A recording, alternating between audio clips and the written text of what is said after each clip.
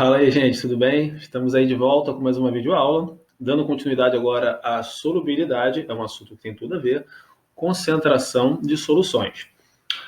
Concentração nada mais é do que uma forma de você revelar a quantidade de soluto que está dispersa numa determinada quantidade de solução. A gente tem solução sólida, líquida, gasosa, nós temos vários tipos de soluções, mas basicamente ficaremos com as soluções líquidas. Veremos também as soluções sólidas na concentração percentual, mas o que mais cai nos nossos vestibulares aí é a parte de concentração de soluções líquidas. Bom, basicamente o que vai mudar de uma concentração para outra é a forma com que o soluto ela é expressa. Deixa eu só desligar esse celular aqui rapidinho, ele está fazendo um pouquinho de barulho. Ai, meu Deus, eu não vou cortar isso. É a forma com que ela é expressa. Por exemplo, minha concentração comum, o meu soluto ele é expresso em gramas, numa determinada quantidade de volume de solução, geralmente em litros. Então a minha massa, ela sempre vai estar em gramas e eu tenho que me preocupar sempre estar colocando o meu volume em litros. Se eu por acaso colocar em ml, eu perco a questão. Concentração molar. Aqui nós temos uma outra forma de representar o nosso soluto, dessa vez em quantidade de matéria. Então nós precisamos definir primeiro o que seria mol. Querido, mol, matematicamente falando, seria massa sobre a massa molar. Mas mol, tentando pegar o sentido químico da coisa, seria um pacotinho de matéria, ok? Por exemplo, nós temos aí uma dúzia de laranjas, por exemplo. O mol é um sistema de contagem. Quando eu falo que eu tenho uma dúzia, você já sabe que tem 12. Quando você fala que tem um mol, você tem uma determinada quantidade de espécie ali, que é 6 vezes 10 elevado a 23.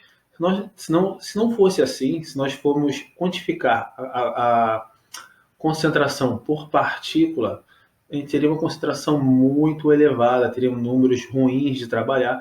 Então nós simplificamos isso, pegando uma determinada quantidade de átomos e substâncias, né, que é o 6 vezes 10 elevado a 23, e chamamos de mol. Então a gente consegue expressar essa concentração por mol, onde o meu volume também está em litros, a minha massa também em gramas, e a massa molar ela é expressa em grama por mol. Bem? Então vamos pegar um exemplozinho aqui, em que nós vamos determinar a concentração tanto comum, em gramas, e molar, de uma solução onde eu tenho 20 gramas de açúcar e 200 ml de água. Concentração comum, massa por volume. A minha massa é 20 gramas. Gente, massa é massa da minha amostra, né? E o meu volume sendo expresso aqui em litros. Basta que eu ande com minha vírgula 3 vezes para a esquerda para eu passar ml para litros. E nós encerramos com 100 gramas por litro. Geralmente não, comparando concentração com concentração molar, a concentração comum terá um valor sempre maior. Concentração molar. Você tem a massa fixa, que é a massa da sua substância, que você vai ter que se orientar pela tabela periódica. Por exemplo, a glicose, a fórmula dela é C6H12O6. Se cada carbono pesa 12 gramas, se você tem 6, você vai multiplicar por 6. Cada hidrogênio, 1 grama, você vai multiplicar por 12. E cada oxigênio pesando 16 gramas, você também vai multiplicar por 6, porque são as quantidades que você tem na sua molécula. Então você vai ter a massa molar. É a massa de matéria contida em um mol de substância. A massa, onde eu tenho esse Mzinho aqui, é a nossa massa da amostra, por exemplo, são os 20 gramas, mas poderia ser 10. É a massa que varia, tá? Depende da solução que você quer montar. E o meu volume também em litros. Bom, tenho 20 sobre 0,2, que por sua vez multiplica 180. Então eu tenho aqui minha concentração molar em 0,56 mol por litro a menos 1. Ou simplesmente 0,6 molar, tá? Eu posso simplesmente pegar esse conjunto aqui, mol por litro, e botar um Mzinho, que é a mesma coisa. Ok? Bom, concentração de soluções, dessa vez percentual, ou simplesmente nós chamamos de título. Gente, nós temos 3 formas de expressar a nossa concentração percentualmente. Isso vai depender da forma que o meu soluto ele vai estar se manifestando, se está no estado sólido, líquido, tanto o soluto quanto o solvente. No nosso primeiro exemplo, eu tenho aqui um comprimido, né? Nesse caso, eu estou aqui tentando passar para vocês um polivitamínico e a concentração de vitamina A. O que seria minha concentração percentual massa por massa? Bom, gente, se minha concentração é percentual, a minha quantidade de solução sempre vai ser 100. Ou seja, eu quero saber a quantidade de soluto que eu tenho espalhada ali em 100 gramas de minha solução. A minha solução, nesse caso, é um comprimido. Lembra que eu falei que eu tinha soluções sólidas? Olha a informação que eu consigo retirar daqui. A cada 100 gramas de solução, eu terei 0,35 gramas da minha vitamina A, que é uma concentração muito pequena. Passando aí para massa por volume. Temos como exemplo teor de açúcar no refrigerante. Só que agora, ó, a minha solução está expressa em volume. Resumindo, eu vou ter 100, a cada 100 ml de solução de refrigerante, 10,57 gramas de soluto. Tá, gente? Muito cuidado com as unidades de medida, que elas têm que estar na mesma proporção. Ou seja, eu vou comparar o ml com ml, grama com ml e por aí vai. Ok? Isso quer dizer, então, que a cada 100 gramas, 100 ml de solução, eu terei 10,57 gramas de açúcar. E volume por volume, segura essa ousadia aí, eu tenho soluções líquidas, onde o meu soluto é líquido e o meu solvente, né, a minha solução também é líquida. Gente, qual a informação que eu tenho aqui?